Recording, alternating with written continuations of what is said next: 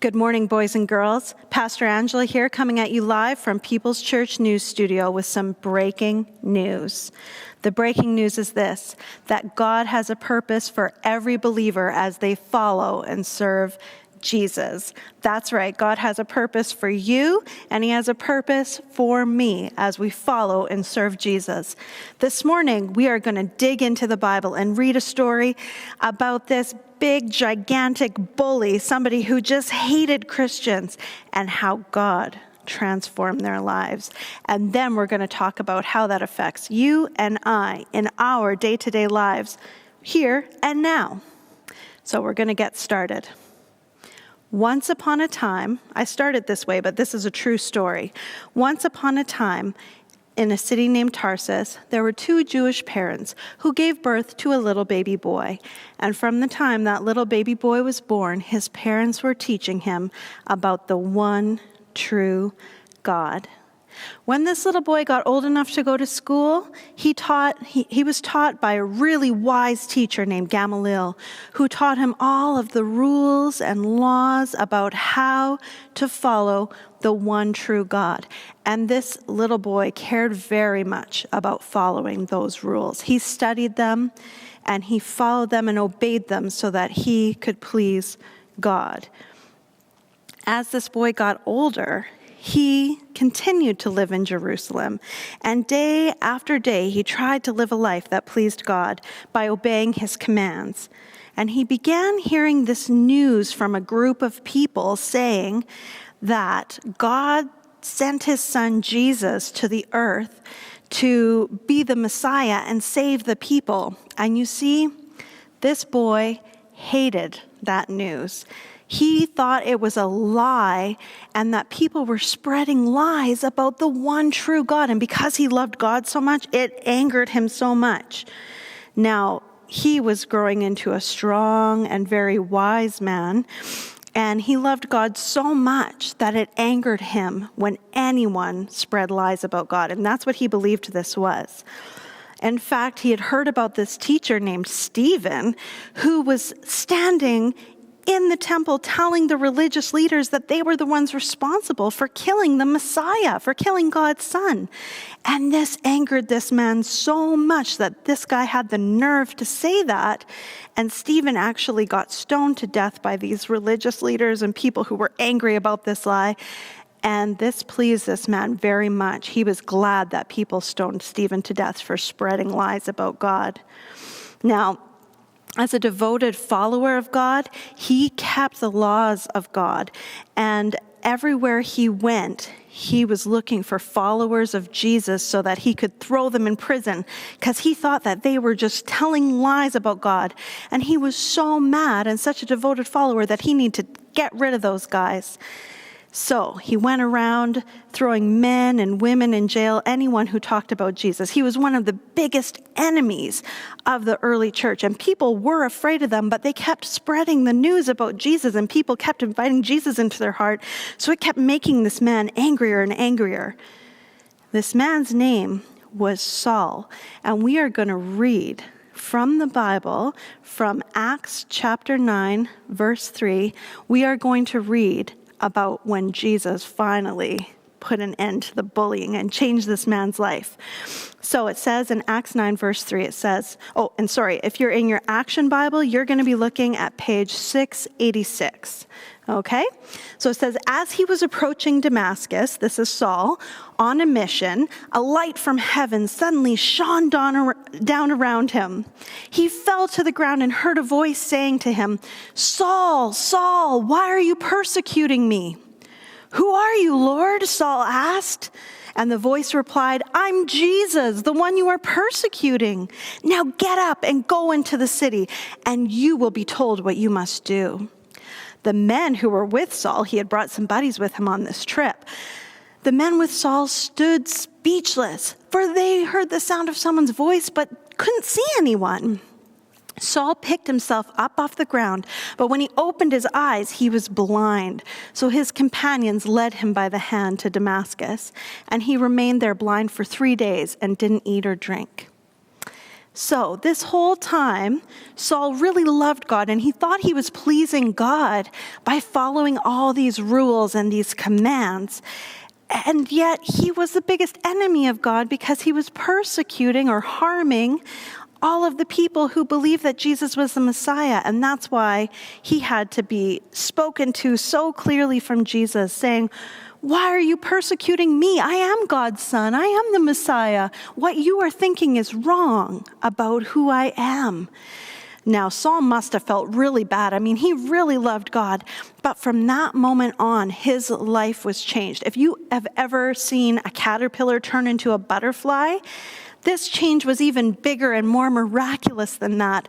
Saul went from being the biggest enemy of the church to one of the greatest apostles of the church, traveling all around the world, telling people about Jesus. And many, many people came to know Jesus.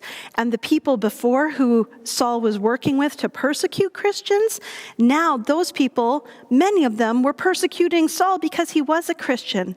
This was even such a big change that Saul's name changed from Saul to Paul.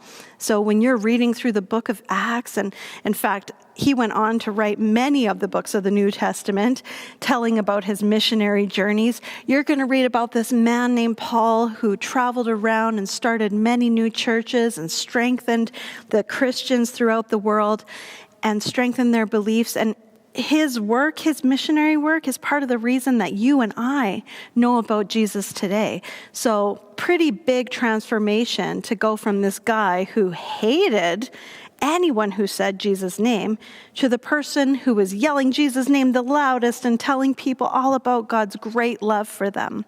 Isn't that an amazing change? Now, one thing I want you to think about is that throughout Saul's life, even though he didn't know Jesus, he was already a really intelligent man even from the time he was a boy, when he was in school and he was learning all these laws about God. So he knew all that. He was a very devoted follower of God. He gave everything he could to serving God the way he thought was right, even though it was wrong and made him an enemy of God, actually. But he was so passionate about it. And those characteristics of his life, those parts of his life, the things about him that made him the biggest enemy of the church, when he became a believer in Jesus, God was able to use those things to make him one of the biggest heroes of the Bible and one of the biggest heroes of the early church. So this morning, I want to give you an activity to do. I want you to sit down with a pen and a paper or maybe some crayons. If you're old enough to write, you could write this, or if you're not quite there yet, you could draw this. But what I want you to do is sit down with some paper and something to draw with, and I want you to think about your life. And think about something that is maybe unique or special about your life. Unique meaning it's different than most other people. So maybe it's a musical talent you have, or an ability to do something that you don't know a lot of people are able to do. Maybe it's a circumstance in your life. Perhaps you've lost someone that you really loved, or maybe your parents are divorced, or something really hard has happened, or maybe something really amazing has happened to you, and it's something really sort of unique about you.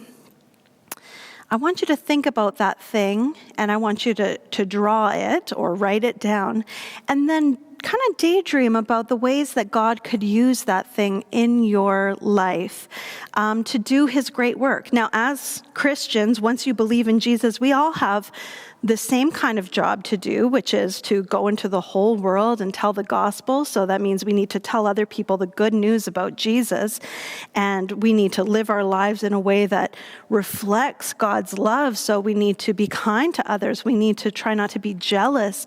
We need to not break God's laws. We need to be very loving and kind to others. But God has also planted something special in each one of us, something unique, that if we choose to follow Jesus and dedicate that uniqueness, that talent, our lives to him, he can use that for some very special assignments. When I was a little girl, I always loved working with kids that were younger than me, even when I was a kid. I think when I was, 10, I started babysitting kids that were younger than me. I love to plan crafts and activities for kids. I love to teach Sunday school. I love to volunteer at church and help with the kids. And as I got older, I started picking jobs where I could work with kids. I was a nanny for a while. And then eventually I decided to become a school teacher, and I went to school for a long time to learn how to do that. But all of those things that God put in me, that love for working with kids and teaching them and trying to pass on really good things to them, God was preparing me for this job I have as your children's pastor. I could have never expected that when I was younger, that's what God was going to turn this into. I just thought it was something I loved to do. But every one of us has something special in us that we love to do. There's a Bible verse that I want to read to you. It's in Ephesians 2:10. And it says, "For we are God's masterpiece. He has created us anew in Christ Jesus so we can do the good things he planned for us long ago." So what that means is you are God's workmanship. You're a masterpiece to him. He created you, and he's planned these great things for you to do, and he's equipped you for it. But you have a choice to make if you're going to use those talents and gifts for God's glory, or if you're going to use them maybe for selfish reasons. I see, a lot of people who are really talented musicians, but they're playing music that doesn't glorify God at all, that doesn't allow them to spread God's love around. And, God's given them this beautiful talent, but they're not using it to glorify God.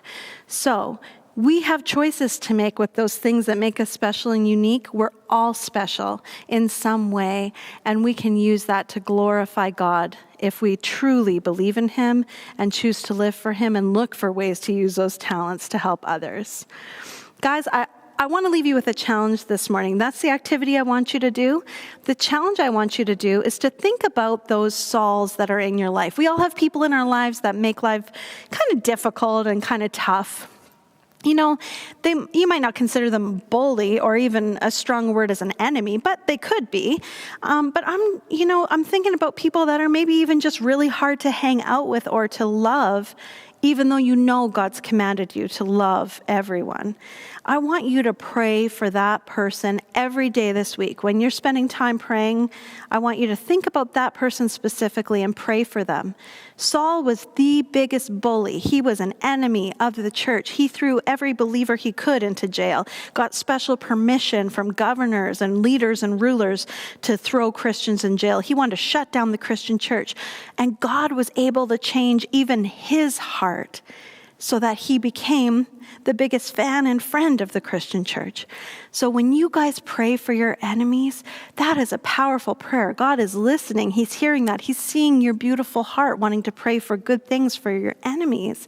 So I challenge you every day to pray for that person, whoever it is in your life that's difficult to love, and see what God can do. Pray believing that God can change their lives. Guys, I love being with you. Thank you for letting me come into your living room this morning with this good news. Never stop spreading the good news. I love you guys. Have an awesome week, and hopefully I'll see you really soon.